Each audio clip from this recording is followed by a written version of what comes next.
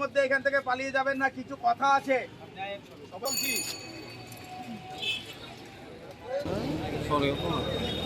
তো আমি সরকারের উদ্দেশ্যে এটা বলতে চাই, আপনি আপনার এইসব অধিকর্তাদেরকে, উচ্চপদস্থ আধিকারিকদেরকে কয়দিন পালিয়ে লুকিয়ে রাখবেন? সত্যকে দাবিয়ে বেশি দিন রাখা যায় না। এইভাবে মুখ লুকিয়ে বেশি দিন আপনারা বাঁচতে পারবেন না। আজকেও আমরা শিক্ষক সুলভ মানসিকতা নিয়ে হয়তো আজকের দিন আমরা ছেড়ে দিচ্ছি, কিন্তু আগামী দিনে আমরা কিন্তু ছাড়বো না। অনেকে মিডিয়ার বন্ধুরা বা অনেক লোক বলছেন এরা তো শুধু বর্ষায়, শুধু গর্জায়, শুধু বর্ষায় না, যেদিন বরস হবে সেই দিন বুঝতে পারবে। এইভাবে পালিয়ে মুখ বাঁচিয়ে কতদিন বাঁচবে ওরা?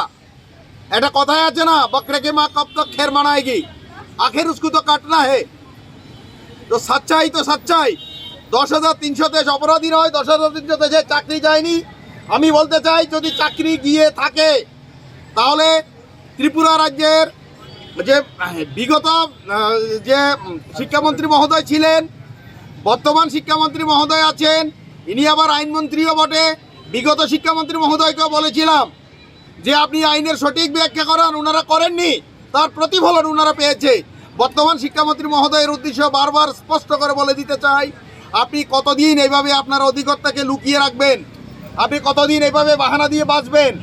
10,300 যত আপনারা তরপাচ্ছেন, তত ওদের পুঞ্জীভূত ক্ষোভ আরও বেশি জ্বালামুখীর মতন হচ্ছে। যেই দিনে জ্বালামুখী ফাটবে, কেউ এর যে রোষানল থেকে বাঁচতে পারবেন না, সেটা স্পষ্ট করে বলে দিতে চাই। এবং আমাদের শিক্ষক শিক্ষিকাদেরকে বলতে চাই, আপনারা ডিমোরাল হবেন না, আপনারা মন ভাঙবেন না। আপনাদের কোনো দোষ নেই, আপনাদের কোনো দোষ নেই। এখনও পর্যন্ত আপনারা যে ভদ্রতা দেখাচ্ছেন, যে নেতৃত্বদেরকে যে গুরুত্ব দিয়ে যে কথা আপনারা মেনে যাচ্ছেন, আপনাদেরকে স্যালিউট জানাই এর মঞ্চের পক্ষ থেকে। কিন্তু এইভাবে মেনে যাওয়ার মতো পরিস্থিতি কিন্তু 10,300 নেই। আজকে এইটা একটা শিক্ষকের আন্দোলন বলে আজ প্রশাসন যে রিকোয়েস্টের মাধ্যমে এটাকে দমন করতে সম্ভব হয়েছে।